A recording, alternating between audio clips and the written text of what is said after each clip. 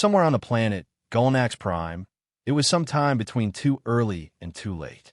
The drop pods came in hot, hissing, screeching, and embedding themselves into the mossy, wet disappointment that was Gulnax Prime. Steam curled from the vents, hissing into the heavy canopy like the planet was already trying to suffocate its new guests. Birds, or something that sounded like birds, screamed overhead in frequencies that made teeth itch. A great sign. From orbit, the Intergalactic Academy of Overengineered Arrogance had launched 20 cadets into this natural death trap as part of their final exam. Survival Assessment 709. Hey, is that plant alive or just hungry? Each cadet represented the best their species had to offer. The Cornac cadet was capable of breathing nitrogen-sulfur plasma.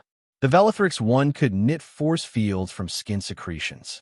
There was a psychic moth person, a worm with a PhD in thermodynamics. Basically, the usual lineup of galactic overachievers and biotech trust fund kids. And then there was Nova Briggs, human, earthborn, organ-raised. No cybernetics. No mutagenic gland packs. No anti-gravity toenails.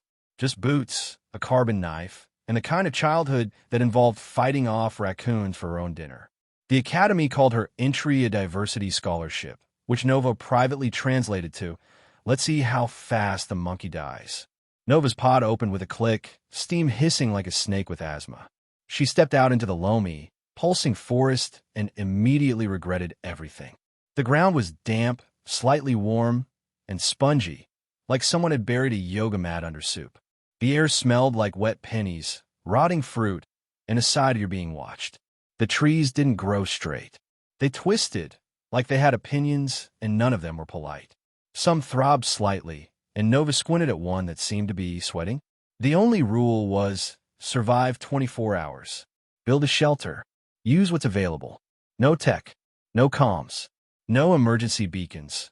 Unless you wanted a drone to whisk your sorry self out of the jungle and stamp a fat failure on your cadet record. And just to keep things interesting, the instructors had refused to say what the actual threats were. Survive, they said. Not thrive. Not win. Just try not to get eaten by moss. From the treetops, bright flashes marked the descent of the other cadets. Nova watched one pod rocket past her position, bounce off a branch, and careen sideways into a glistening vine patch that immediately swallowed it like a burrito wrapper. That cadet, judging by the scream, was now rethinking their life choices. A few drops away, the krill cadet Tarnox activated his vocal sonar and started chirping in high-frequency blips to map his surroundings. It worked wonders inside echo-rich caves back on his home moon. On Gulnax Prime, the leaves were acoustically absorbent, and his proud clicks vanished into wet silence like farts in a hurricane. He clicked louder. The forest remained rude and unresponsive. Nova watched from a distance, didn't say a word, and stepped lightly into the underbrush. She already knew how this would go. You don't challenge a forest like this. You negotiate with it. Cadets landed all around the planet's biozones.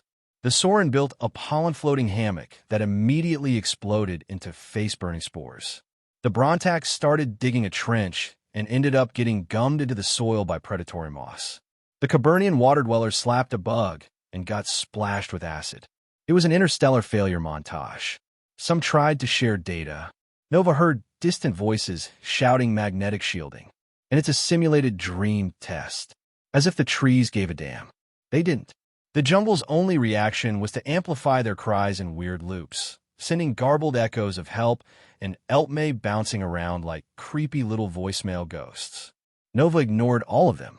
She kept low, boots pressing into the springy mulch of decomposed alien plant matter. The roots tried to chemically analyze her soles. She just rolled her eyes and wiped her hands on her pants. She wasn't here to be polite. Every movement was deliberate. Every breath was shallow. She located a slightly bent tree that looked less homicidal than the others and ran her hand along its bark. Slippery. Metallic. Sap smelled like rust. Could be worse, she muttered. Could be sentient. Nova tugged on a hanging vine to test weight support. It held.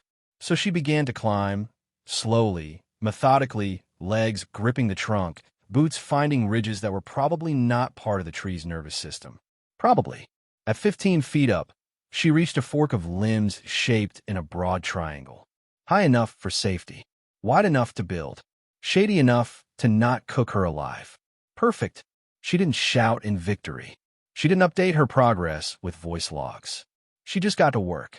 While the others were busy failing upward with glowing gels, quantum bark, and psychic stick architecture, Nova pulled out her one tool, a standard-issue carbon knife.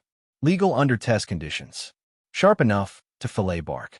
Dull enough to not slice her leg open if she slipped in the rain. She began carving strips of inner bark into cordage, hands moving with the rhythm of muscle memory. She hummed an old earth tune, something folksy. It helped with the tension. The trees didn't seem to mind. Or maybe they were just confused. By the time the scream index in the jungle had reached 6, Nova had already anchored her first corner post. 3 branches lashed with bark fiber. Solid. Stable. No AI. No hover assists. Just old-school survival. At this point, the academy instructors were probably watching from orbit, sipping whatever smug glow tea bureaucrats drank and making side bets. The humans still alive? One would ask. Must be a glitch in the drone feed. Nova didn't care. She wasn't here to impress anyone.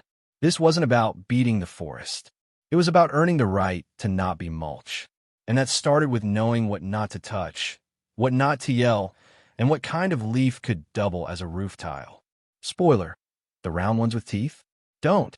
As the sun dimmed, not set, dimmed, like someone was adjusting the jungle's mood lighting. Nova hunkered down in her half-built tree shelter, wrapped a thermal cloth around her shoulders, and waited. 20 cadets had landed. Most had screamed. Some are already gone. Nova? Nova was still there, and the forest hadn't eaten her. Yet, the thing about Gulnax Prime was that it wasn't just dangerous. No, that would have been too kind. It was personal. This planet didn't just want you dead. It wanted you embarrassed first. The kind of embarrassment you feel when your pants fall down in front of your enemies, your crush, and your parents simultaneously. And the jungle? Oh, it was petty.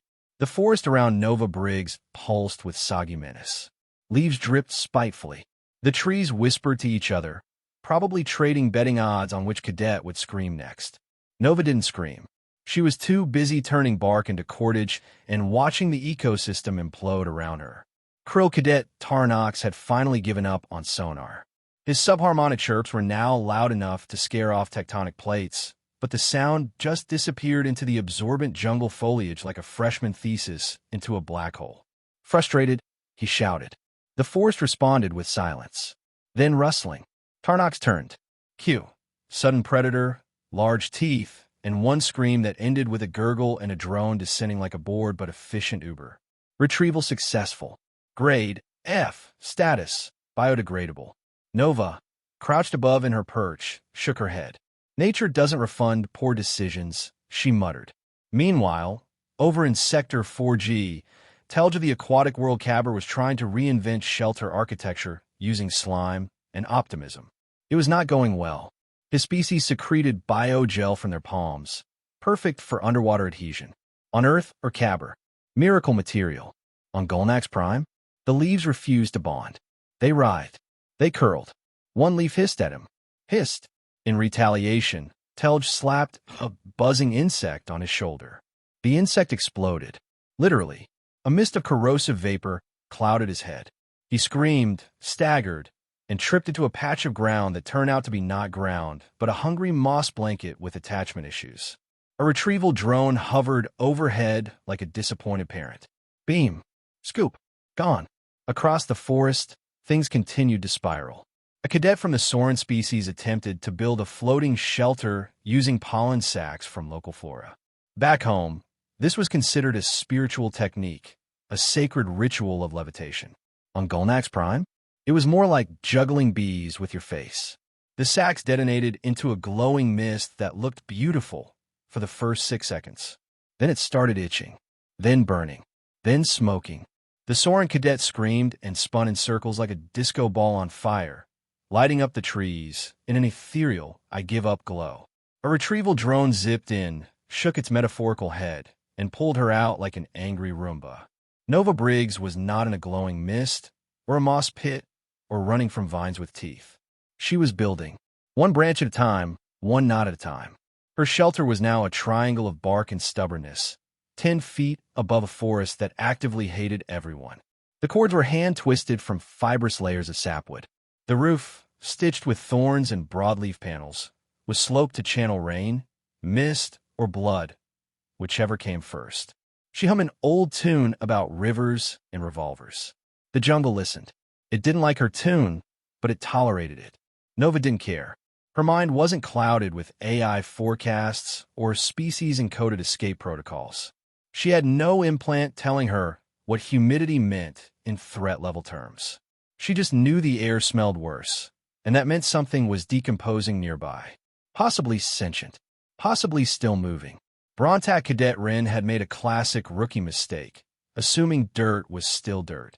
His people were burrowers, born in tunnels, weaned on cave dust, and proud of it. So, naturally, he tried to dig a warm shelter basin near a stream. Unfortunately, Gulnax Prime's dirt was not dirt. It was biomatter, sentient, jealous, and wildly overhydrated. Rin's hole began sucking him in with the enthusiasm of a black market vacuum. Every attempt to escape pulled more gelatinous goo around his legs. Then came the vine. Thick, pulsing, eager. It wrapped around his ankle and squeezed. Rin shrieked, fell, and started hacking at it with a panic-slick blade. He managed to cut free, but by then his gear was gone, his dignity had filed for divorce, and he was coughing up pink moss. Nova heard the whole thing from her perch. She didn't climb down. She wasn't cold. She wasn't wet. She wasn't being throttled by possessive plants. She was winning. Somewhere out of sight, a group of surviving cadets had gathered in a hollow and started talking. Which was mistake number one. Maybe it's a simulation, one whispered. Or a neural feedback illusion, another suggested. We're still in orbit. None of this is real. A third declared. Q. Giant insect leaping out of a tree and coating one of them in industrial-strength black foam. Cadet flails. Cadet screams. Foam hardens. Retrieval drone shows up like it's bored this genre. Simulation my ass, Nova muttered, pulling a strip of bark through her teeth to soften it. She tied it off on a corner branch and leaned back to inspect the structure. It wasn't pretty, but it was dry and not currently digesting her. She called that a win. As the sun dimmed to a moody, piss-colored glow, the forest began changing. The air got heavier. The shadows sharpened. Sounds echoed differently, longer, deeper, like the trees were learning the cadets' voices. Another scream echoed from the east. Then silence. Then a retrieval drone buzzing through the gloom like a lazy apology. Nova remained motionless, perched in her triangle of bark and rope. Her fire was out. Her heat signature muted. She had smeared herself with plant mud to mask scent, and she hadn't snapped a single branch on her climb. The forest passed over her like a hand feeling for prey, and found none. Somewhere to the west, Xerx, a furred four-armed cadet who had been bragging earlier about his hover-disc shelter, finally activated his magnetic levitation array. The structure rose 6 feet into the air, shimmering blue, then began to spin. Faster, faster. Then, boom, electrical discharge. Smoke, one extremely foul curse word. Nova didn't look. She just pulled her leaf cloak tighter and thought, should have stuck to bark, genius. The jungle wasn't impressed by technology. It ate technology. It chewed through theory. It spat out calculation. Nova didn't have nanotech. She didn't have adaptive muscle foam or pheromone camouflage. What she had was a knife, a brain, muscle memory from rebuilding solar panels with duct tape during snowstorms. And that turned out to be enough. Because Gulnax Prime didn't reward clever. It rewarded quiet, calm, grit. The kind of mindset that came from growing up with one hand on a bowstring and the other tightening a tarp in a thunderstorm. As the night deepened and the scream count went up, Nova's shelter stood firm. No lights, no signals, just bark, twine, and a very still human wrapped in patience and bad memories. 18 cadets remained. By Nova's count, maybe 10 would see the morning. And if they did, she'd still be higher up, still drier, still human, and still not impressed. There's night, and then there's Gulnax Prime night, patent pending, sponsored by Existential Dread. On most civilized planets, night fades in gracefully. The stars twinkle, nocturnal wildlife stirs politely, and you light a fire while someone roasts space marshmallows and tells ghost stories. Not here. On Gulnax Prime, night slams down like a bear trap. 1 second you can see your hand. The next, you're pretty sure your hand has been replaced with something wet and whispering. Nova Briggs was ready for the lunch. She sat in her half-finished shelter, perched 20 feet above a forest that smelled like dying copper and regret. Her fire was out. Her breath was slow. Her weapons, 2 sharp rocks and a carbon knife, were tucked within reach. Below, the light snapped out like someone yanking the plug on reality. The shadows didn't deepen, they pulsed. It felt like the whole forest took a breath and held it. Nova didn't move. She'd already learned the rules. On Gulnax Prime, movement meant menu item. Somewhere west, a cadet shrieked, "I got eyes on something," followed by the sound of wet crunching. Retrieval drone descended. Retrieval drone ascended. Another test case closed. Then came a different kind of scream, one that didn't rise and fall but stayed flat, stretched like a scream, trying to be a word. Nova twitched. That one had been Garen, the muscle-bound lava planet cadet who thought gravity was a personality trait. He had laughed when Nova refused to borrow laser netting. Now his voice was breaking apart in chunks. Seconds later, the familiar whir of a retrieval drone. It didn't even flash a warning. Just a quiet beam, a soft scoop, and then gone. That's when Nova heard it. The thud. Rhythmic. Slow. Heavy. Something was walking below her. No growling, no snarling, just quiet dominance. The bark under her fingertips vibrated gently, like a tuning fork trying not to panic. She closed her eyes. Didn't move. Didn't breathe. The thing circled her tree once. Then again. Then it stopped. 10 feet below. Silent. Patient. Nova held still for 27 minutes. She didn't fidget. Didn't cough. Didn't blink hard. Her heart slowed to camping in a blizzard mode. It wasn't bravery. It was conditioning. To the southeast, Cadet Oliner, born on the bioluminescent world of Ismara, had a bright idea. Literally, he ignited a chemical flare. The jungle lit up around him in neon green. It was beautiful for about 3 seconds. Then came the blur. Something fast. Something big. Something that shouldn't be able to jump that high without wings or physics apologizing. The flare dropped. The light flickered. No scream. Just a thud. No drone came. Nova stared straight ahead, whispering to herself, well, that's one way to lose a GPA. That's when Akan entered the scene, late, loud, and in full existential freefall. A green-skinned cadet from a high-gravity world, Akan had spent most of the day trying to build a geodesic tent on the forest floor. That tent now resembled a collapsed souffle covered in vines. So he did what any desperate cadet would do, copy the human. Nova watched as he clambered up a nearby tree, panting, crying, slipping. He reached a branch. Saturday, cried louder. She winced. Shut up. Shut up. For the love of duct tape, shut up. But it was too late. From the darkness, 2 glowing forms circled his tree. They moved like panthers, silent, smooth, except their tails didn't sway. They hovered, and their eyes didn't blink. They watched. Nova looked away. She didn't need to see it. The forest responded to Akan's scream like it was a starter pistol. 1 quadrant over, someone set their heat crystal too high, igniting a shelter made of dry fibers and wet panic. Another cadet rolled into the brush on fire, flailing and shouting in a language Nova didn't understand, but absolutely translated to why is everything sticky? Gulnax Prime responded with its version of a fire extinguisher, a pollen cloud the consistency of glue and the color of disappointment. The cadet was coated, silenced, and pulled under by vines. No drone, no signal, just one more test case for the jungle's weird dinner theater. Nova lay still. She counted breaths. Then she counted cadets. 20 began. She counted 9 remaining. Maybe, possibly, it wasn't a competition anymore. This was triage, and she had already accepted that passing didn't mean outlasting the others. It meant outlasting Gulnax Prime itself. She reached into her bark pouch and pulled out 3 polished stones laced with metallic dust. They reflected just enough ambient light to use as distraction triggers. She arranged them in a triangle. Quiet. Efficient. Not a weapon. a bluff. Sometimes, that's all you needed. The silence broke, not with a screech, with a wet growl, low and deep, like an animal clearing its throat with malice. Nova tensed. It was back, the one that had circled her tree. This time closer. She reached for her signal stones. One hand. No sound. The creature didn't climb, didn't sniff, just waited.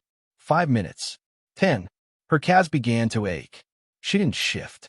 She simply rotated her posture slowly, redistributing weight. Quiet. Fluid. The growl stopped. Minutes passed. She didn't move. Eventually, it left. Not with a flourish, but like it had decided she wasn't worth the effort. Cadet Uric, a translucent skinned Soren, had built a near-perfect dome out of leaves and hardened sap. Symmetrical. Beautiful. It also acted as a heat trap. No elevation. No ventilation. The scent of warm polymer drew attention from something the size of a canoe with legs. Uric screamed. The dome collapsed. Nova didn't look.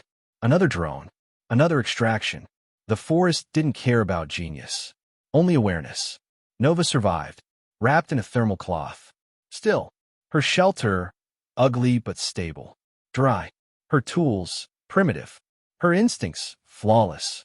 She listened, adjusted, waited, because Gulnax Prime didn't reward bravery.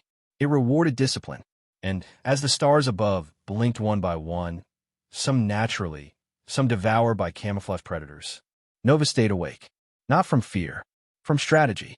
By the time the air pressure shifted and the jungle's suffocating silence began to lift, Nova was still on her perch. Cold, sore, alive. And that was more than most.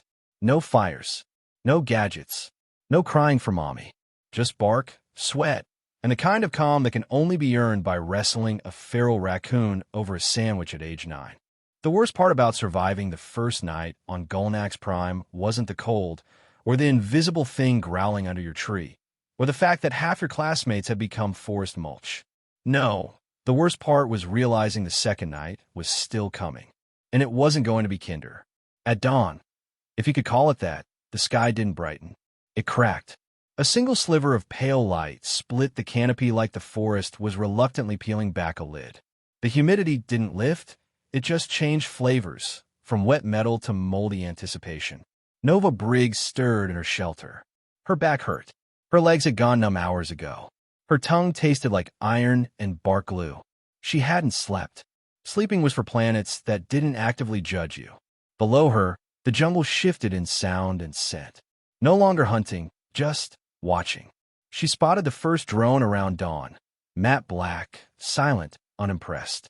It hovered over a collapsed shelter that used to belong to Cadet Xenon, who had bet his life on a magnetic tarp suspended over low-root branches. Bad bet. Now, it was just torn foil in one boot.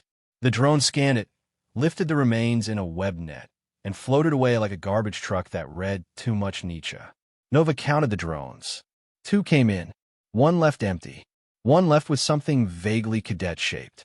She noted it all, quietly, mentally updating her survival odds.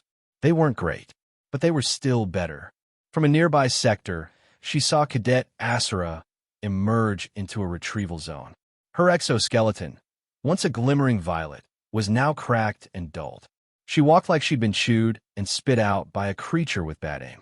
Nova gave a tiny nod as Asura was airlifted into a drone's stasis cradle. That one earned it. This one was different. It didn't have medical gear. It wasn't here for body parts or rescues. It was here for judgment. A sleek, black frame. 3 rotating lenses. A small glowing emblem of the Intergalactic Cadet Academy. A shield, a star, and a smug sense of superiority. It hovered beside Nova's tree, scanned her shelter, paused, scanned again. Then it projected a blue circle beside her feet and displayed a word on a holographic panel. Pass. In 4 languages. One of them just screamed it in whale tone. Nova didn't celebrate. She just blinked once and nodded. She looked down. To her right, someone else had tried climbing a tree in the final hours of darkness. Judging by the drag marks and shredded bark, they hadn't made it very far. 4-meter claw marks traced the soil near a collapsed shelter. The jungle wasn't hiding its opinions anymore. Nova got to work. Her shelter was stable. High. invisible from below. But it wasn't done. The forest respected silence and sturdiness. It punished anything else. So she needed to finish the roof before the second night, a night that wasn't just cold and wet but strategic. She gathered small branches she'd prepped the day before, dry, curved, ideal for locking into place. One at a time, she crouched, tied, reinforced. Every knot was old school, hand-braided, soaked in spit, and born of years repairing fences and hiding from bears with attitude. In a clearing below, Cadet Urich, a tall, glassy-skinned alien with an ego proportionate to his GPA, had created a leaf-in sap dome so symmetrical it could have been used for mathematical modeling. It also had no elevation, and the polymer sap he used emitted a slow-burn heat signal that screamed, "Eat me," in 50 predator dialects. Something took a mid-yawn. The dome imploded inward like a disappointed souffle. The forest made a gurgling noise, possibly laughter. A drone arrived 5 minutes later. What it took away might still have been Urich. Might not. Nova didn't flinch. She just stitched her next panel into place. 2 large leaves, veined and fibrous, shaped like stretched manta wings, became her roof. She used the thorn she'd shaved down the day before as needles. Braided fiber from inner bark became thread. Each stitch was precise, tension-tested. Water would run off. Debris would bounce. Predators would find nothing to grab. Functional. Concealed. Human. Nova had been watching the others. They relied on exotic glands, reactive fabrics, floating ideas, predictive data. She relied on bark, a knife, a grandfather who taught her how to stitch canvas in a snowstorm using a fishbone and frostbite. That was the difference. Where they assumed they'd be saved, she assumed she wouldn't. With the roof in place, Nova reached into her bark pouch and pulled out a round fruit. Spiral-skinned. Rodents liked it. They didn't die from eating it. Good enough. She peeled it slowly, exposing green flesh that smelled faintly of cucumber and pennies. She took a bite. Gritty. Slightly metallic. Not awful. She chewed it like a soldier on ration duty, slow, deliberate, calculating calorie value per chew. No gag reflex. No paralysis. Nutrition secured. As she chewed, Nova remembered orientation. The stairs. The whispers. Human? Why is she here? Isn't Earth just rocks and dust now? She remembered smiling and saying nothing. Let them talk. Let them laugh. She'd outlast them all. From the shadows, another cadet bolted through the foliage.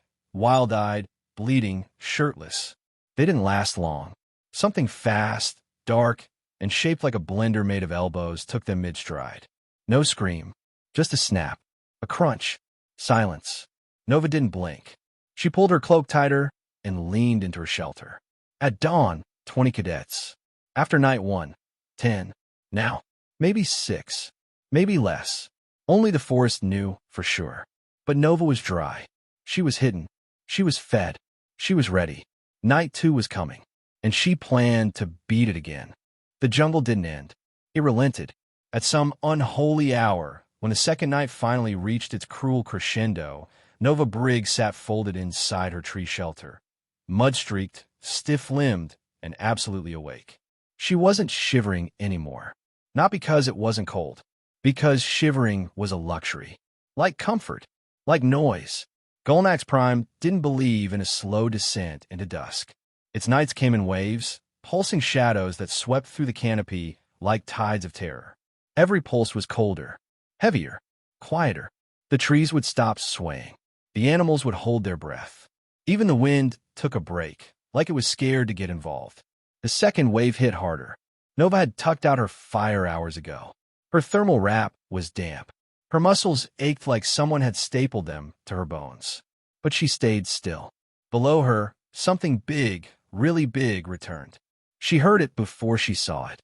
The soft crack of moss underweight. The slow drag of claws across bark. The kind of movement that didn't care about speed because it had nothing to fear. It circled. Again. The bark beneath Nova vibrated like a whisper you weren't supposed to hear. She didn't move. She didn't breathe. Her hand hovered near the signal stones, 3 polished pebbles in a triangular formation. One loud knock, and they'd make enough noise to send a predator chasing shadows. A bluff, but maybe enough. The creature stopped again at the base of her tree. It didn't growl this time. It didn't climb. It just waited. Nova waited longer. Minutes passed. Then an hour. Her spine screamed. Her legs twitched. Still she held. Somewhere off to the southeast, a flare ignited, green and flickering. Another cadet, desperate for comfort, had struck a chemical torch. Nova blinked once. Idiot. Sure enough, the jungle reacted like a shark to a nosebleed. From the shadows, something enormous, fast, and very motivated leapt into the light. The torch carrier screamed once, briefly. The light went out. The jungle exhaled. No drone came. Another cadet, Akan, was scrambling up a tree. Too loud. Too late. His makeshift sling of gear clanked as he climbed, crying softly, whispering to someone who wasn't there. Nova didn't turn her head, but in her periphery she saw the shapes, two narrow, tail-whipping creatures circling the base of his tree. Their eyes were blank. Their interest was not. She looked away before it happened. She didn't need more noise in her memory. From the west, a panic scream. Then shouting in a dialect she didn't recognize. From the south, a fire. A cadet ablaze, running blindly into the underbrush. The forest sprayed blue pollen, coolant and glue. They vanished beneath vines. From the northeast, silence. Which was worse? Nova knew what that meant. The jungle was clearing house. At launch, there were 20 cadets. After night 1, roughly 10. Now, maybe 5. She didn't know their names. She didn't need to. Survival wasn't about teamwork. It wasn't about competition. It was about adaptation and stubbornness. Something humans had mastered back when they fought mammoths with sticks and bad attitudes. A few hours before dawn, the growling returned. But it was different now. Quieter. Slower. Closer. Nova clenched the side of her shelter. Through a crack in the bark, she saw it, just enough to count legs. 6. Slick black skin. Translucent muscle patches. A finned spinal ridge twitching with tension. It moved beneath her without noise. Its nose flared. Its limbs pressed against trees, scanning for vibrations. It wasn't hunting by sight. It was hunting by failure. Nova pressed her back into the bark. Her heartbeat slowed. Her thoughts didn't spiral. They narrowed. Focused. This was the final moment. She hadn't cheated. Hadn't cried. Hadn't broken protocol. She had climbed, built, eaten, masked, stitched, hidden. If she moved now, if she even shifted, the creature paused. Sniffed. Nova didn't flinch. Then it left. Just like that. No sound. No goodbye. No drone. Gulnax Prime didn't do sunrise. It did resignation. A pale crack of sky opened like a reluctant eyelid. The fake stars, some actually predators, faded out one by one. The trees stopped swaying like they were finally bored. The jungle lifted its pressure. Not because it forgave. Because it was done. Nova opened her eyes. Slowly. Her joints popped like popcorn in a dying microwave. She sat upright for the first time in hours. Her shelter was still standing. Her clothes were soaked, stained, and torn. Her skin was covered in smudges and scrapes. But she was whole. She checked the roof. Every knot. Still tight. Every stitch. Still holding. She had built something that lasted. Without enhancements. Without AI. Without guessing. Just bark, blood, and brutal competence. From the clouds came the hum. Drones. Sleek. Black. Cold. They didn't arrive one by one anymore. Now, they came in a formation. Systematic. Efficient. Final. They scanned each quadrant. Logged every shelter. Lifted what remained. Some carried bodies. Some carried cadets wrapped in stasis gel. Some came back empty. A drone approached her tree. It didn't shine red or white. It glowed blue. Evaluation drone. It hovered beside her platform and projected a beam upward. The scan passed across every joint, every seam, every chord.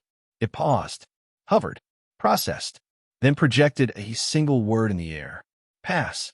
Nova blinked. Not at once. No cheers. No smile. Just acknowledgement. She untied the central cord of her roof.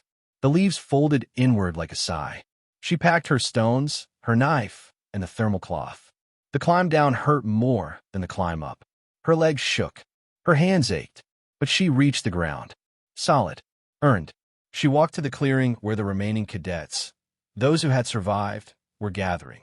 They didn't speak. They didn't nod. They just stood. A hover platform awaited. Instructors stood on it with data pads and poker faces. One by one, the cadets stepped up, scanned, logged, lifted aboard. When it was Nova's turn, the scanner beeped once. A tall instructor read aloud. Human cadet. Shelter intact. No beacon. No injuries. No environmental breach. No collapse. The other instructor leaned forward. Monitored? Yes, she replied. Minimal movement. No panic. Zero deviation from survival protocol. Noted. Nova stepped aboard. Still no smile. Still no speech. Just presence. Inside the shuttle, cadets sat in silence. No celebration. Just trauma in progress. Nova took her seat, strapped in, and stared out the viewport as Gulnax Prime vanished beneath the clouds. The jungle didn't wave. It didn't mourn. It simply released her. She wasn't the strongest, or the fastest, or the most enhanced. She was just a human, and on a planet that had murdered brilliance, genius, and power. That had been enough.